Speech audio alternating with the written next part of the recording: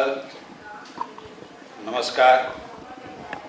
आज हम अमृतसर से 20 किलोमीटर दूर प्रीतनगर में नाटक संध्या छाया का मंचन करने आए और नाटक के अपने संसार में, दुनिया में प्रीतनगर की एक अलग भूमिका है। और हम सब जानते हैं कि प्रीतनगर सरदार गुरबख्श सिंह प्रीतलड़ी जी इसके संस्थापक थे, इस स्थान के। और ये स्थान आज़ादी से पहले हम यदि कहें कि यह कला का एक मक्का था, एक मंदिर था।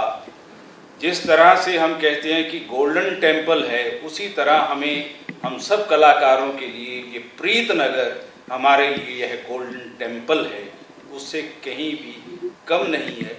आज हमारे बीच गुरबख्श प्रीतलड़ी जी के पुत्र हृदयपाल सिंह जी हमारे साथ हैं और हम ये चाहेंगे कि इसकी किस तरह से परिकल्पना हुई, किस तरह से यह स्थापना इसकी शुरू हुई और आज़ादी से पहले का क्या माहौल था, इसके बारे में। और ये भी हम जानते हैं कि जो बलवंत गार्गी जी द्वारा जो लोहाकुट नाटक था वो भी इसी जगह पे लिखा गया और कितने महान शख्सियत जो थे उनका वाबस्ता था इस जगह से, यह सब हमें जानने को मिलेगा।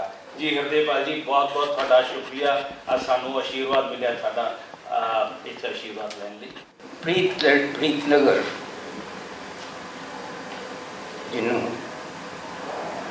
सुपनिया की धरती भी कहा जाता है।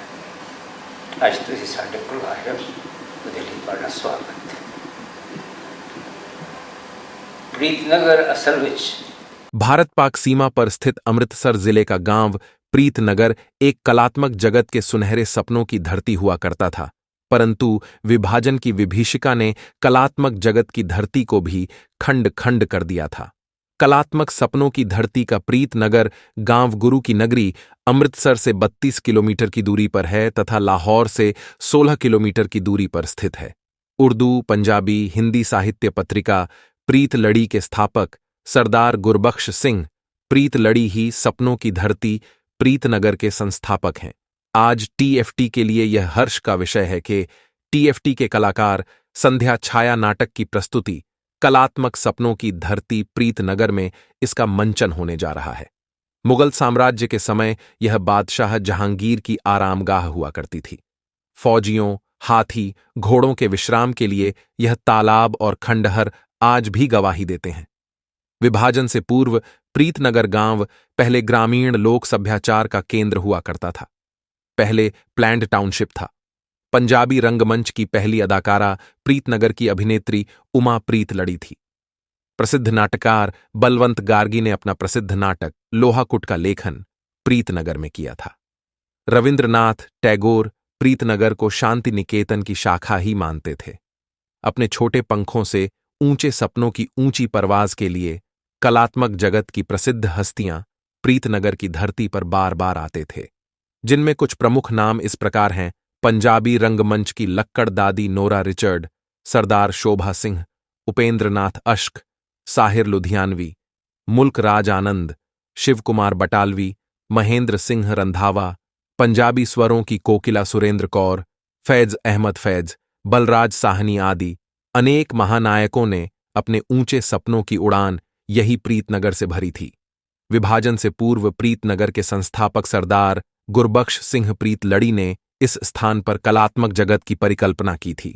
इस वीरान स्थान पर मात्र एक पेड़ हुआ करता था तथा 400 एकड़ भूमि उसे समय की भारी भरकम कीमत 40,000 रुपए में खरीदी गई थी। गुरबख्श प्रीतलड़ी पेशे से सिविल इंजीनियर थे तथा उन्होंने उस समय की यथास्थिति अनुसार बिना बिजली, बिना पानी एवरग्रीन शौचालय का निर्माण करवाया था ताकि कोई भी व्यक्ति को मैला ना ढोना पड़े। इसका अनुसरण विनोबा भावे जी ने भी अपने केंद्र में किया था। 1947 विभाजन विभीषिका के समय गुरबख्श सिंह प्रीतलड़ी का परिवार प्रीतनगर से पलायन करके दिल्ली आ गया था। 1950 में वापस प्रीतनगर के अपूर्व स्वप्न की पूर्ति में लग गया था, परंतु इसके बाद भी प्रीतनगर को 1965-1971 के युद्ध के दौरान प्रीतनगर छावनी में तब्दील हो गया था। 1980 में आतंक के काले बादल के बाद आज भी वीराने में एक अकेले पेड़ की घनी छांव में अपनी सांस्कृतिक विरासत को समेटे हुए है। पंडित जवाहरलाल नेहरू 1943 में प्रीतनगर में आए थे।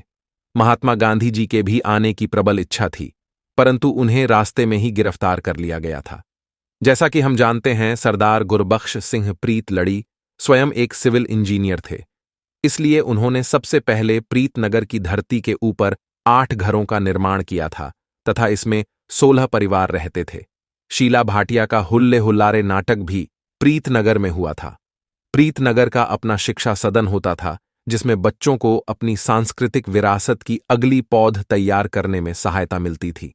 इस कारण पंजाब में बाल रंगमंच की जन्मभूमि भी प्रीतनगर है। इसलिए आज टीएफटी के सभी कलाकार नाटक संध्या छाया का मंचन करने के लिए प्रीतनगर के इस पावन धरती पर पहुंचे हैं। प्रीतनगर सच में हमारे लिए एक कला का मंदिर है। यह एक कला का मक्का है और यह कला जगत के उस स्वर्णिम दौर का स्वर्णिम मंदिर है। कलात्मक जगत की धरती पर हम सब टीएफटी के कलाकार नतमस्तक होते हैं, इस धरती को नमन करते हैं।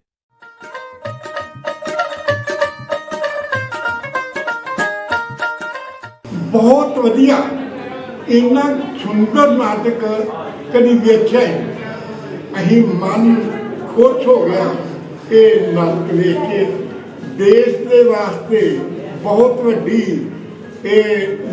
परंपरा की जो इन्होंने वो ये है भाई जिन्ने भी बंदे बच्चे पढ़ते हैं वो सब बाहर भजे जाते हैं। इस चीज़ तो कोई ना कोई सहम सोचन तो ना जा। मैं तो इस गल से सहमत हाँ भाई बहुत वधिया इन्होंने नाटक खेलिया।